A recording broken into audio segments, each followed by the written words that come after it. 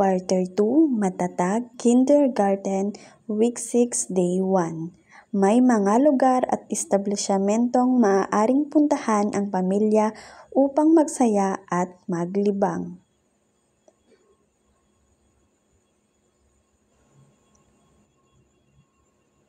Nasasabi ang mga halimbawa ng mga aktibidad sa paglilibang ay pamamasyal, paglalakad, paglangoy, pagmumuni-muni, pagbasa, paglalaro o panonood ng sine, pagsasayaw at marami pang iba.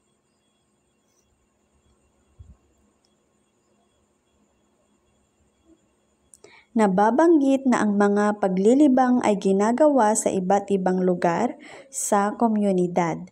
Kasama sa lista ang parke, plaza, mall, zoo, museo sa tabing ilog at tabing dagat, hiking at walking trails, mga lugar na may magagandang tanawin na maaring magpiknik, pampublikong aklatan, sentro ng palakasan at palaruan.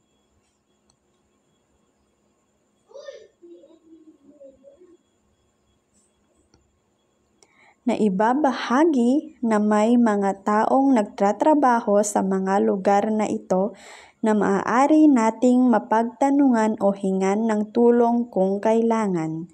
Naiintindihan ang karanasan ng maraming bata sa syudad na may kakulangan ng espasyo ay sa lansangan na lang nakapaglalaro. Nararanasan na hindi lahat ng paglilibang ay kailangang gumasto at magbayad. May mga lugar na maaaring puntahan na walang bayad, na ipapaliwanag ang kahalagahan ng mga kailangan sundin na mga tuntunin sa lugar na pupuntahan upang mapanatiling ligtas at malinis at kaaya-aya sa ibang bisita. Nakapunta ka na ba sa parke?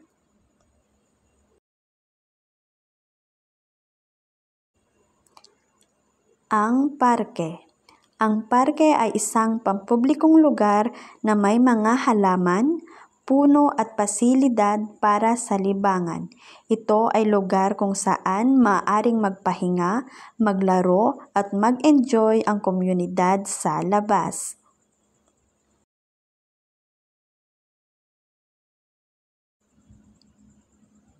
Ano-ano ang karaniwang nakikita at ginagawa rito?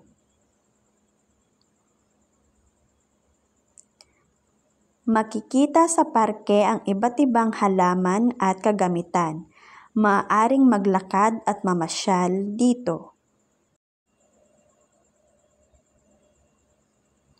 Maaari ding mag-picnic at magsaya sa parke kasama ang iyong mga magulang at kaibigan.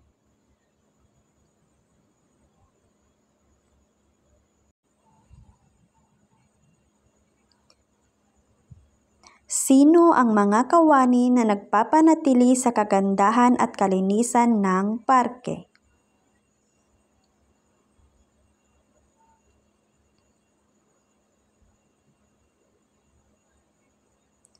Makikita sa parke ang mga taong nangangalaga ng kalinisan at kagandahan sa parke.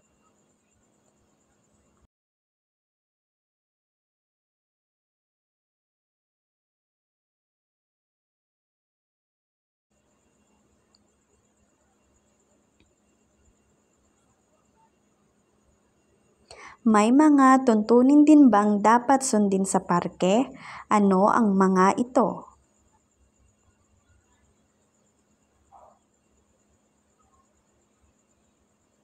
Mga tuntunin sa parke. Itapon ang iyong basura sa tamang basurahan.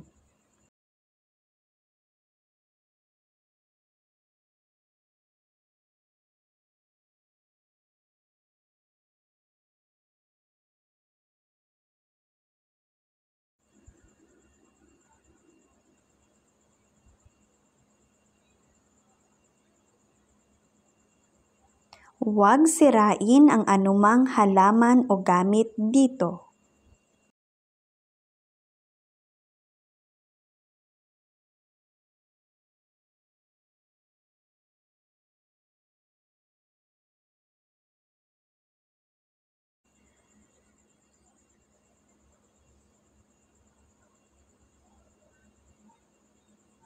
Iwasan ang pagkuha ng mga bulaklak at pagputol ng mga halaman.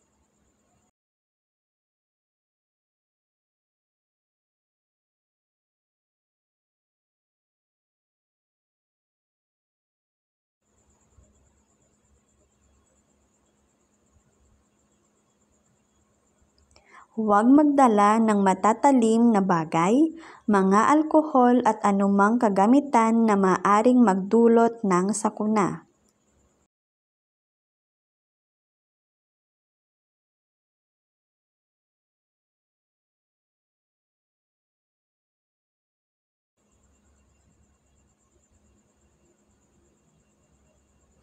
Bakit mahalagang sumunod sa mga tuntunin?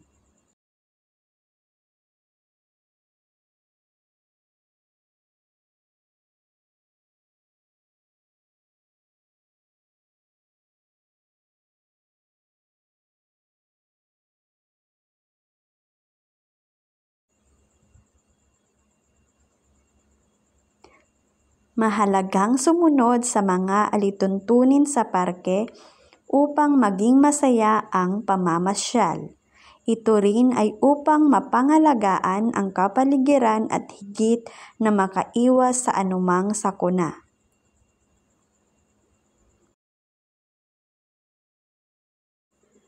Mga mahirap na salita. Ulan ng alikabok. Isang sitwasyon kung saan maraming maliit na bagay ang nagkukumpulan o nagsama-sama na maaaring magdulot ng kaguluhan o hindi pagkakaunawaan.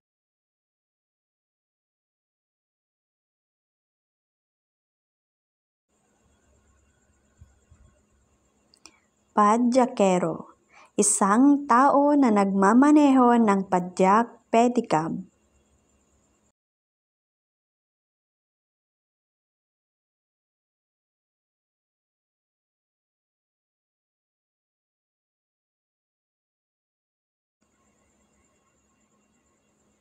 Maliliksing katawan. Tao na may mabilis at maliksi na mga paggalaw.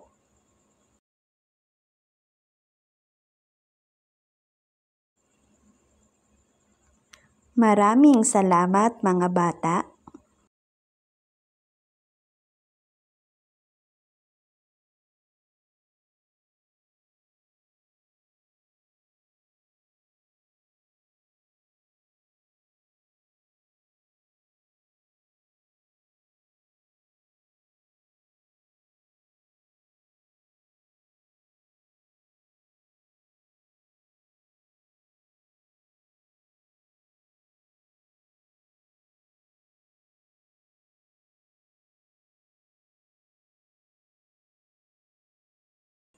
Maliliksing katawan. Tao na may mabilis at maliksi na mga paggalaw.